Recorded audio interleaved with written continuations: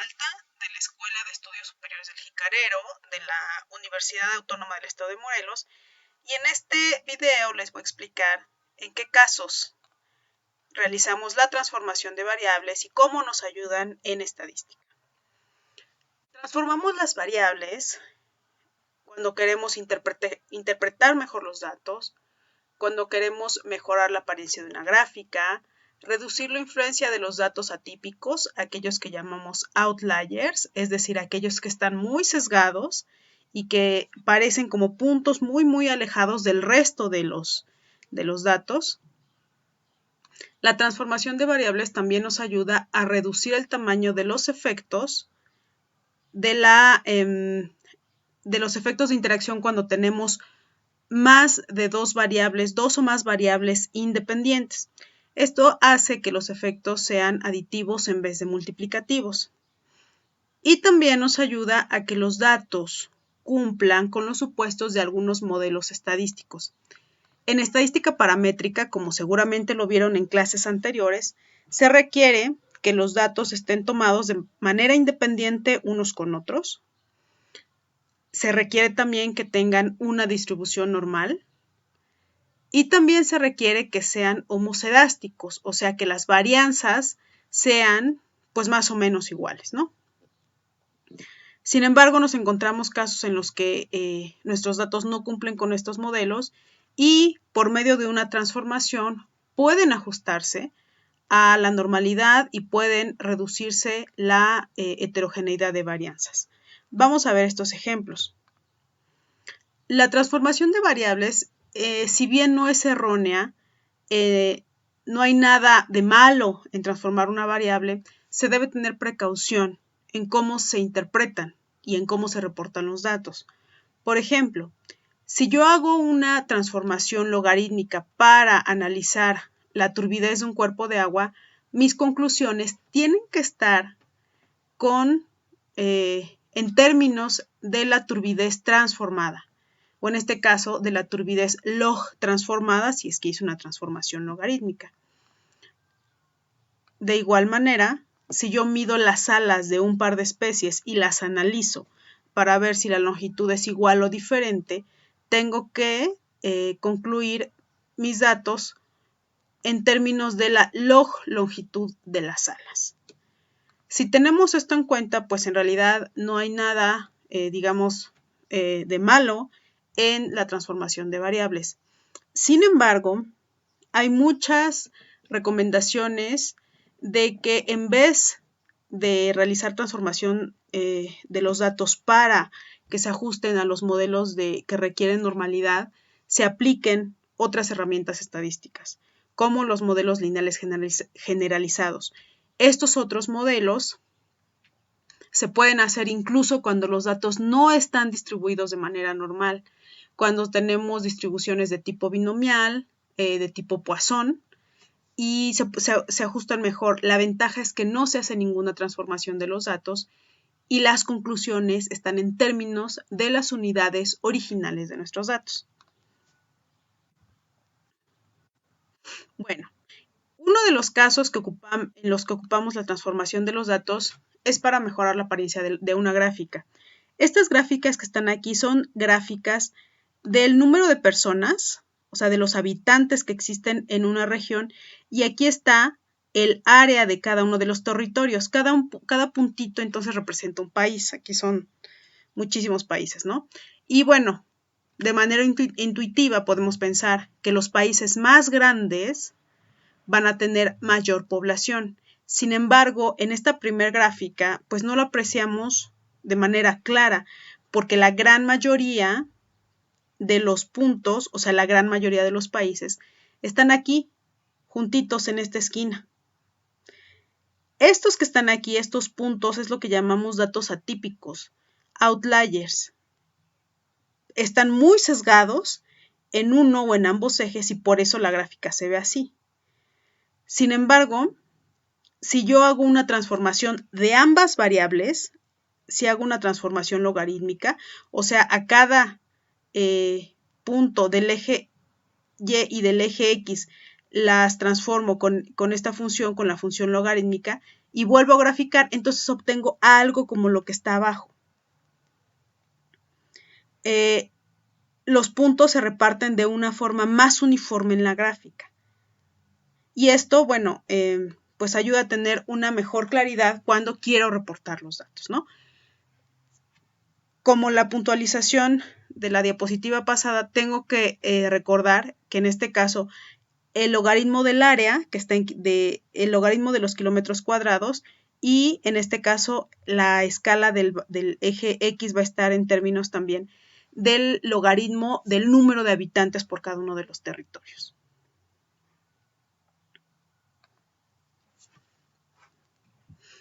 Otro caso en el que nos ayuda la transformación de los datos es cuando los queremos interpretar mejor o tener un mejor entendimiento de los mismos.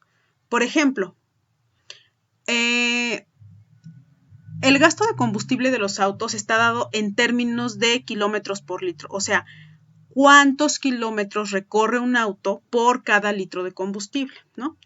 Entonces, si yo les pongo este ejemplo de que un auto gasta, por decir algo, recorre 11 kilómetros por cada litro cuando transita en autopista o en carretera, contra 8 kilómetros recorridos por cada litro en la ciudad, y esto básicamente es por el tráfico, porque nos detenemos, porque los topes, etcétera.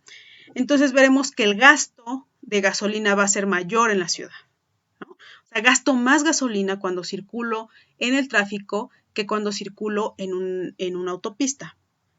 Este gasto es mayor que el de arriba. Sin embargo, pues aquí vemos que 8 kilómetros pues es un número menor que 11, ¿no? Si yo quiero poner el gasto en términos del combustible, hago uso de la función recíproca. Y esto es, la función recíproca es 1 entre mi observación. Entonces, si yo resuelvo esto, si yo hago esta operación, obtengo que mi gasto en carretera es de 0.09 litros por kilómetro y mi gasto en ciudad es de 0.125 litros por kilómetro. Y ahora sí, el gasto es mayor, está claro que el gasto es mayor cuando transito en la ciudad que cuando transito en carretera, ¿no?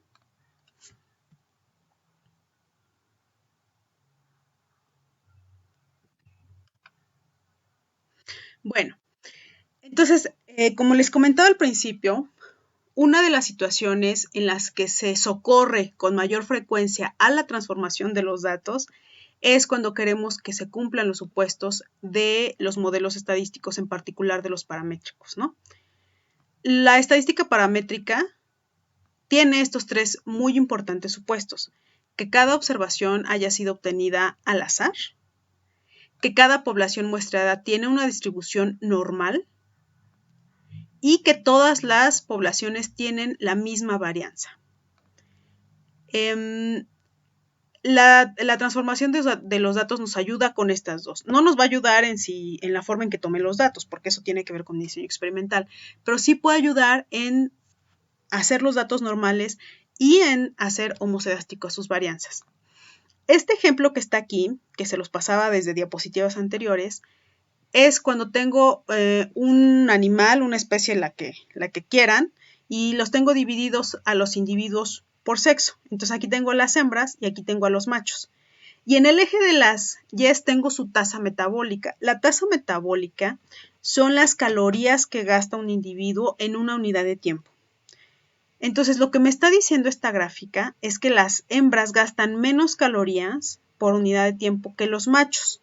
Sin embargo, veo la dispersión de los datos en esta gráfica de caja y bigote, y lo que veo es que los machos tienen una mayor dispersión en su tasa metabólica. Es decir, va a haber individuos machos que tengan muy poca gasto calórico por unidad de tiempo, pero también va a haber machos que tengan un importante gasto calórico por unidad de tiempo, ¿no? Entonces, como me están mostrando aquí estos datos, la varianza de cada uno de los grupos es diferente, es mayor en los machos. Entonces, esto no cumple con la homocedasticidad de varianzas, ¿no? Entonces, bueno, puedo hacer la transformación de variables para cumplir con los supuestos que me pide mi estadística paramétrica.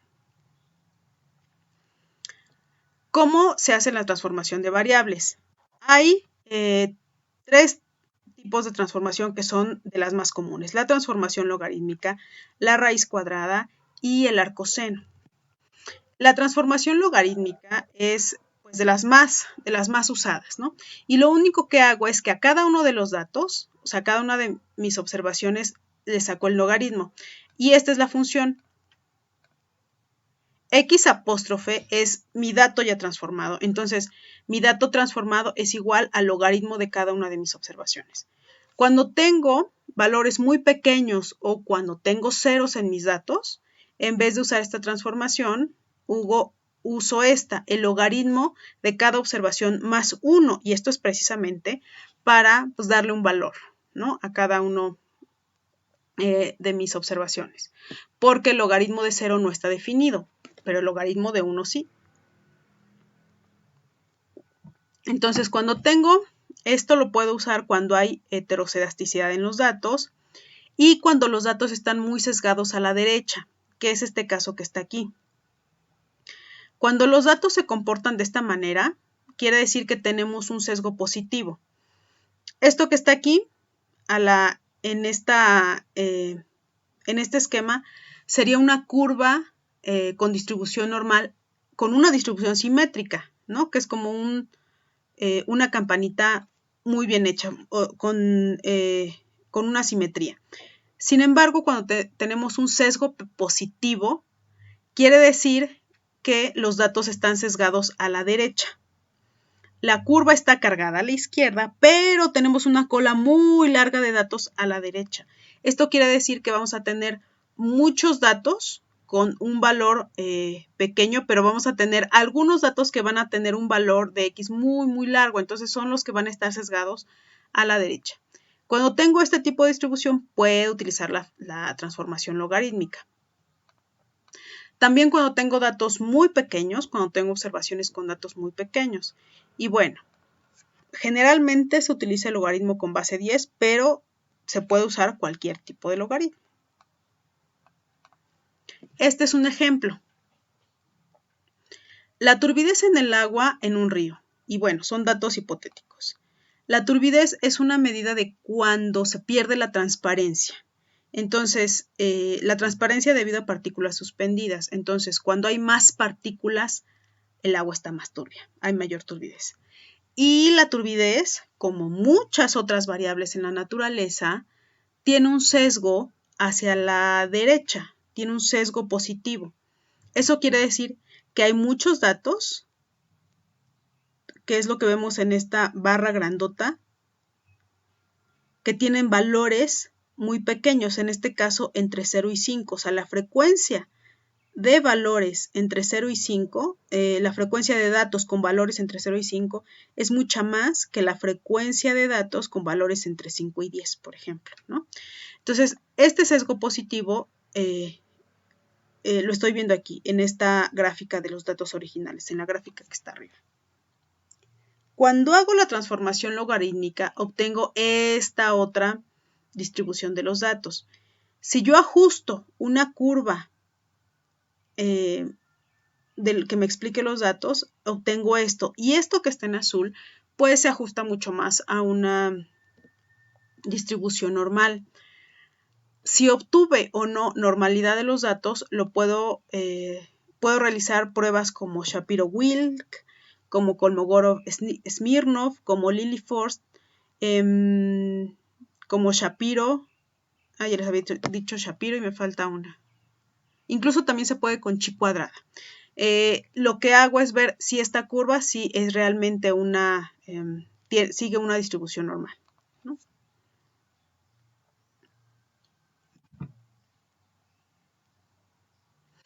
La otra forma de transformar los datos es cuando es por medio de la raíz cuadrada. Entonces, de manera similar a lo anterior, mi dato transformado es X apóstrofe y entonces mi dato transformado es igual a la raíz cuadrada de cada uno de mis valores. Cuando tengo valores muy pequeños, le puedo sumar 0.5 antes de sacar la raíz cuadrada. Y se usa en particular, esta transformación se usa cuando tengo datos de conteo que siguen una distribución tipo Poisson. Se considera que esta transformación, la raíz cuadrada, es menos poderosa que la logarítmica, porque como que los datos transformados no siempre se ajustan a una distribución normal. O sea, la forma de la curva cambia menos con esta que con la transformación logarítmica. Estos son algunos ejemplos en los que puedo usar la transformación de raíz cuadrada. Por ejemplo, cuando tengo número de colonias de bacterias por caja de Petri o mutaciones por generación. Entonces, estos son datos de conteo y siguen una distribución Poisson.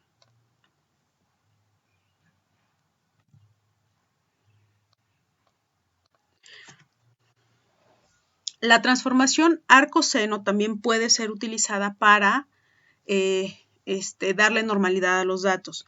Y la transformación arco-seno se utiliza cuando tengo datos en forma de proporción o de porcentajes.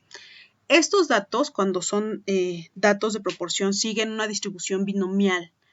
Y, como les decía, se puede acercar a una distribución normal con el arco-seno de la raíz cuadrada de la observación, ¿no?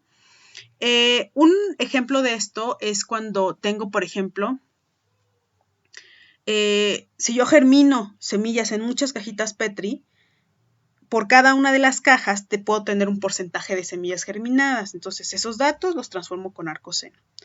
Otro ejemplo es cuando estudio la viabilidad de polen de una planta. Lo que hago es que observo muchos campos al microscopio, que están ejemplificados con estos cuadritos que están aquí. Generalmente se hace a través de tinciones y lo que vemos son granos de polen más oscuros que otros. Los que están más oscuros generalmente son viables y los que están más claros son no viables, o sea, no están vivos. Como yo no controlo el número de granos de polen que me van a caer en un campo o en otro, lo que puedo obtener por cada uno de los campos observados es un porcentaje de granos de polen viables, o sea, oscuros, y no viables, o sea, claritos. Y esos datos van a estar en forma de proporción o de porcentaje. Y bueno, para hacerlos normales con la distribución normal, puedo aplicar esta transformación de arco-seno. Y bueno, finalmente la función recíproca, que era el ejemplo que les ponía del gasto del combustible en los autos. Esta función se utiliza generalmente en tasas. Recuerden que las tasas es una variable compuesta. Estamos hablando de algo sobre otra cosa, ¿no? No puede ser utilizada con valores de cero y ni tampoco con datos con valores negativos. Tienen que ser siempre datos positivos. Y bueno, esta función lo que hace es que aquellos datos que tienen el mismo signo se intercambian. Si se acuerdan en el ejemplo, a que se intercambiaba el gasto de combustible mayor por el que tenía el gasto de combustible menor, ¿no? Y por ejemplo, si yo tengo densidad de la población, que es población personas por unidad de área, cuando yo le aplico la función recíproca, lo que obtengo es el contrario, o sea, el área por persona, o si yo tengo un número de personas por doctor, se convierte al revés, el número de doctores por persona. Incluso si yo tengo una tasa de erosión y le aplico la función recíproca, lo que voy a obtener es lo contrario. El tiempo para que una unidad de superficie o de volumen se erosione. Bueno, estas son las transformaciones que se utilizan más en estadística. Estos son los casos en los que usamos con mayor frecuencia la transformación de variables. Nos ayuda a interpretar mejor los datos, a mejorar las gráficas, a reducir la influencia de los datos atípicos, a reducir el tamaño de los efectos de interacción y finalmente a que los datos cumplan con los supuestos de algunos modelos estadísticos. En lo particular,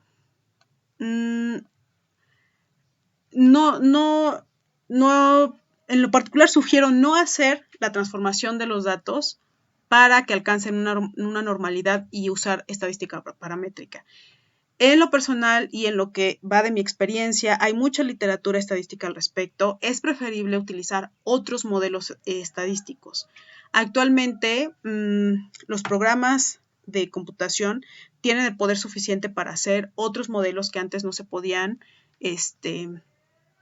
que contemplan otras distribuciones como la distribución binomial, la distribución Poisson. Entonces hay mucha información, cada vez es más frecuente la que dicen que es mejor utilizar otros modelos y no transformar los datos, ¿no?